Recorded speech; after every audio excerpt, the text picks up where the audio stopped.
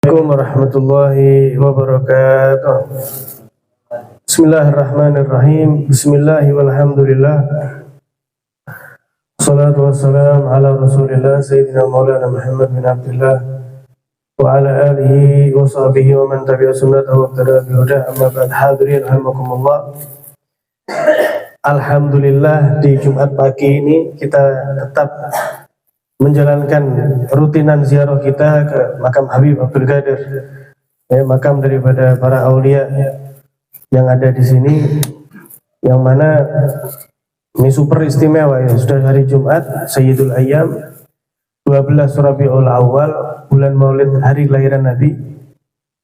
Kemudian tepat pada tanggal ini wafatnya Habib Abdul Qadir bin Alawi As-Sekaf. Dan semoga dengan kita ini niat hormat maulid, kita tidak ada lain ya, kita duduk di sini bareng-bareng duduk, kita tidak ada lain ya. Yang pertama itu hormat maulid Nabi SAW, menyambut pagi 12 Rabiul Awal ini dengan maulid Nabi SAW yang meluapkan kecintaan kita kepada Nabi SAW, kemudian juga mengirimkan sedikit hadiah kepada beliau yang hari ini adalah hari wafat beliau, yaitu Habib Abdul Qadir bin Alawi As-Sekaf. Hadirin rahimakumullah, mereka seperti Habib Abdul Qadir, Maulana Ishaq, Habib Idrus bin Salim yang makamnya ada di situ. Kemudian Habib Yahya bin Alil Mahdali, Habib Abdul Qadir bin Hasan bin Qutban. Mereka ini menjadi orang yang sangat amat begitu istimewa. Kuncinya satu, karena mereka dalam hidupnya selalu berusaha menyerupai Nabi Shallallahu Alaihi Wasallam, dan Allah Taala sudah menjamin cintanya akan diberikan kepada mereka yang mengikuti menyerupai Nabi SAW. Qul in kuntum tuhibbunallaha fattabi'uni yuhibbukumullah. Katakan wahai Muhammad, kalau kalian cinta kepada Allah, maka ikutilah saya, teladani saya. Allah akan cinta kepada kalian dan Allah Taala akan ampuni dosa-dosa kalian. Nah, maka dari itu,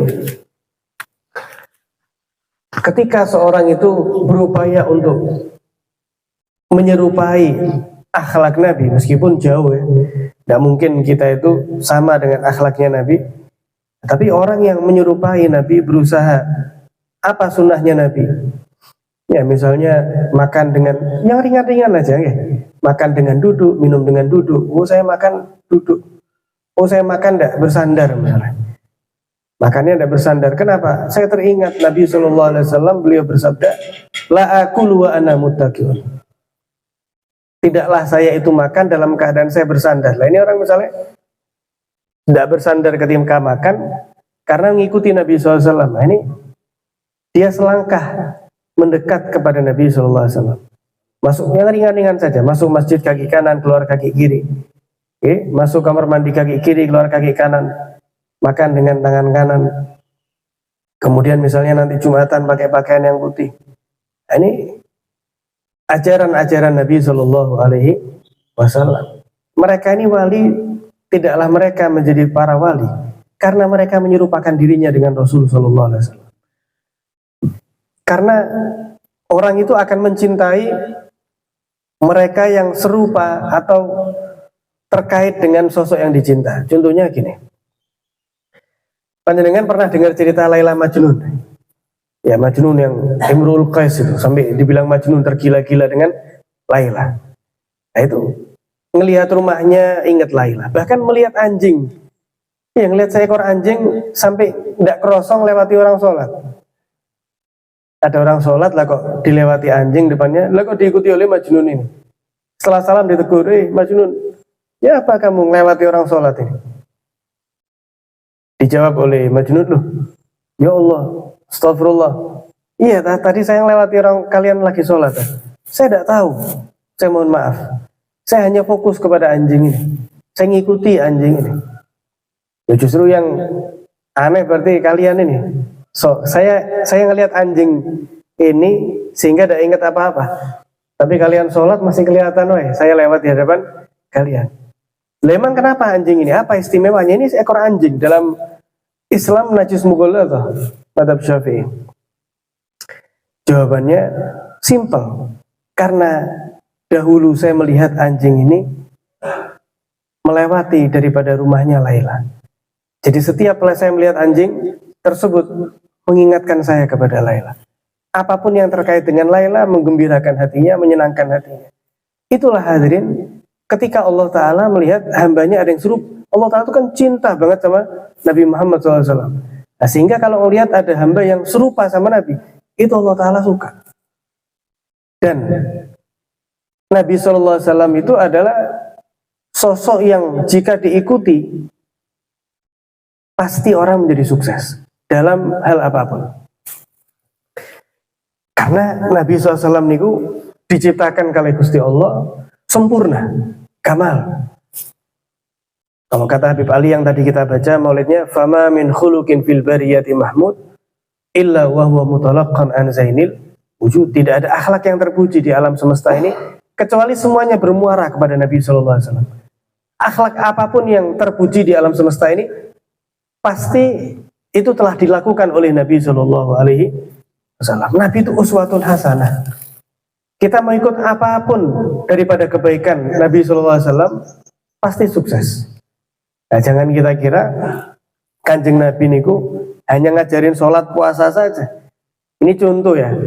Nabi SAW itu sangat ahli di dalam bidang ekonomi. Beliau sebelum menikah dengan Sayyidah Khadijah, beliau kerjasama kan dengan Sayyidah Khadijah. Jadi Sayyidah Khadijah menitipkan modal barang, Kanjeng Nabi yang mengelola. Sukses, berkembang. Bahkan dikatakan seandainya barang itu ada cacatnya, kalau Nabi yang menjual, itu laku. Karena Nabi memiliki prinsip kejujuran dalam bermuamalah. Dijelaskan, oh ini ada cacatnya, ada kurangnya, jadi harganya kurang sekian. Al-Amin, seorang yang terpercaya. Bahkan, ini salah satu contoh ya, Nabi SAW itu pakar ekonomi. Sempurna, kita ngikuti Nabi dalam hal apapun, sukses. Ketika Nabi SAW dengan para sahabat itu hijrah ke Madinah, kaum muhajirin dan ansor kala itu tidak banyak, 950 orang. Yang tua, yang muda, yang laki, yang perempuan itu 950 kurang lebih. Dan mohon maaf kala itu muhajirin dan ansor rata-rata miskin. Dilihat oleh Nabi, pasar-pasar di Madinah itu dikuasai orang-orang Yahudi. Pasarnya orang Yahudi. Islam waktu itu belum punya pasar. Itu Nabi SAW survei, hadirin, datang marani pasar-pasarnya orang Yahudi itu, didatengin sendiri oleh Nabi SAW. Dilihat gimana sih sistemnya. Oh ternyata banyak yang memonopoli uang. Ternyata ada praktek ribanya. Ternyata ada merugikannya. Survei yang sini. Akhirnya beliau SAW berinisiatif bikin pasar sendiri, ya pasar muslimin, dan dibikin aturan tidak boleh bagi kaum muslimin muslimat berbelanja kecuali di pasar itu sendiri, pasarnya kaum muslimin. Langsung oleh Nabi, oh yang pintar berkebun diperintah oleh Nabi untuk berkebun dengan perkebunan yang baik. Ada yang dikirim ke Basrah untuk kulaan, ada yang dikirim ke Kufah untuk kulaan. Datang ya dibawa barang-barang tadi itu ke pasar kaum muslimin sampai terus berkembang dan selalu dikontrol oleh Nabi Shallallahu Alaihi Wasallam. Nah, sampai dalam hadis yang sahih itu pernah Nabi SAW ngecek ada orang jualan gandum. Jadi ada gundukan gandum gitu. Nabi SAW memasukkan tangannya ke dalam. Itu ternyata yang dalam itu jemek, basah, jelek, tidak kayak yang bagian atas yang terlihat bagus, kering, seger gitu. Akhirnya ketika Nabi, loh, apa ini kok? Yang bawah kok beda ini sama yang atas. Akhirnya ditanya oleh Nabi, ma hadza ya sahibat ta'am? Apa ini, wahai penjual makanan? Kok bahasa ini? Dijawab, asabahu sama ya Rasulullah, ay al-matar. Iya, ini kena hujan, wahai Nabi. Jadi basah. Afala taj'alunahu fawqa ta'am kayyarahun nas? Loh, kenapa yang basah kok tidak taruh atas juga?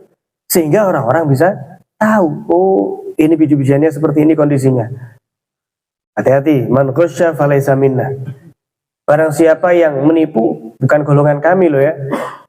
Nah, jadi betul-betul dikawal oleh Nabi SAW sampai berkembang ekonomi kaum muslimin muslimat di Madinah sampai pemegang ekonomi Madinah kala itu pada akhirnya adalah kaum muslimin. Jadi orang mengikuti Nabi SAW dalam hal apapun itu pasti sukses.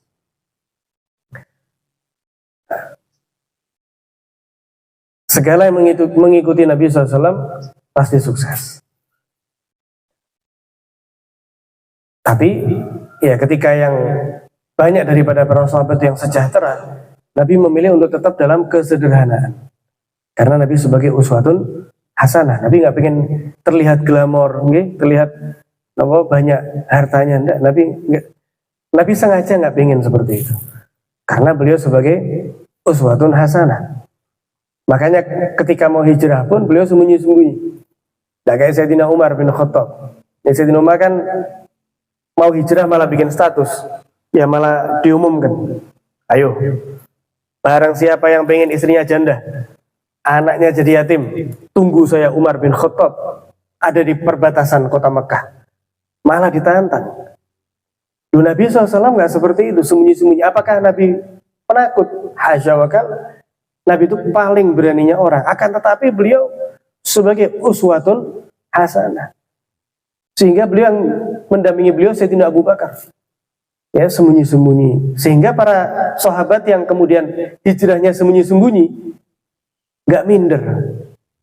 Karena, loh kamu kok sembunyi-sembunyi? Iya, saya niru Nabi Shallallahu Alaihi Wasallam. Seperti itu. Seandainya Rasulullah ketika hijrah dikawal Sayyidina Umar, Sayyidina Hamzah, loh, tidak ada yang berani.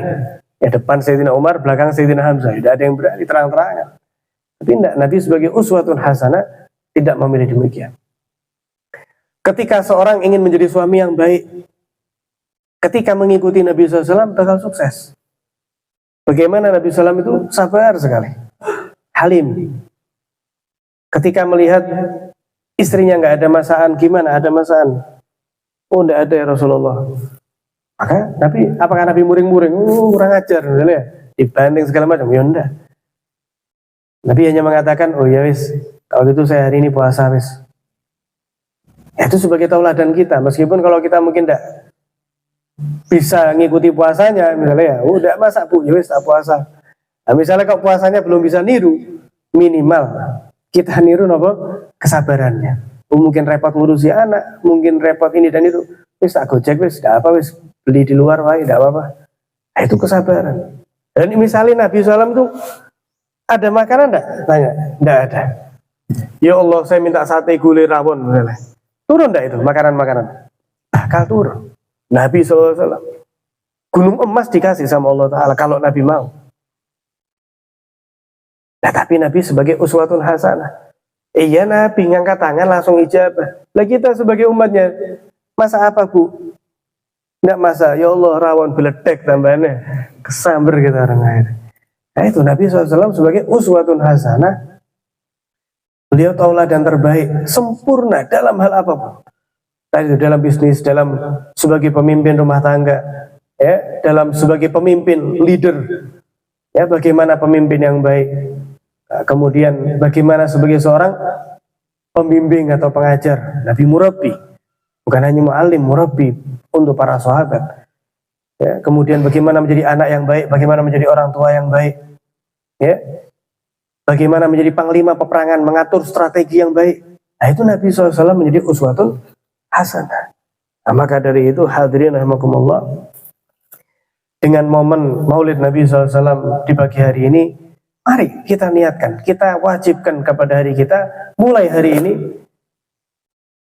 untuk mengamalkan sunnah-sunnah Nabi yang kecil-kecil aja dulu, tidak ada masalah. Apa? Mau makan baca doa, mau tidur baca doa, bangun tidur baca doa. Simpel-simpel itu aja. Ya. Nah kalau pakai bersiwak misalnya pakai siwak. Nah kalau sunnah-sunnah yang kecil itu kita gagal untuk melaksanakannya, maka apa yang tersisa pada diri kita ini dalam ikatan kita dengan Nabi Shallallahu Alaihi Wasallam.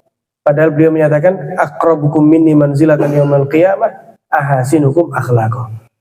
Yang paling dekat nanti sama aku di akhirat yaitu yang paling bagus akhlaknya.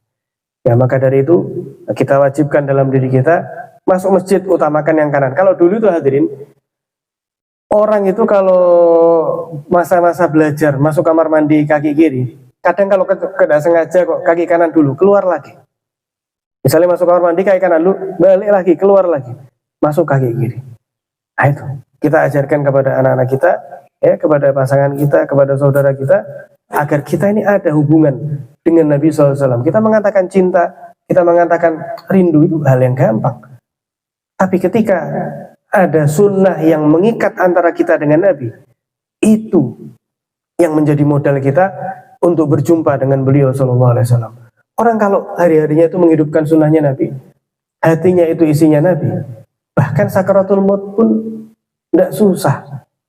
Itu Sayyidina Bilal bin Rabah itu, muadzinnya Nabi, sahabatnya Nabi.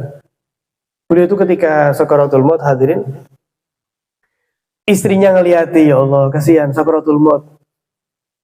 Istrinya mengatakan, wa karobah. Ya Allah, betapa susahnya, betapa gundahnya, betapa sedihnya, wahai Bilal, suamiku. Sakaratul maut. Sayyidina Bilal ketika melihat istrinya susah seperti itu, malah dijawab oleh beliau, wa torobah.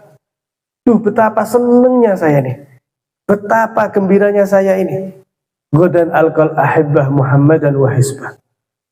Besok saya akan bertemu lagi dengan orang-orang yang saya cintai, saya rindukan, yaitu Nabi SAW dengan para sahabat-sahabatnya.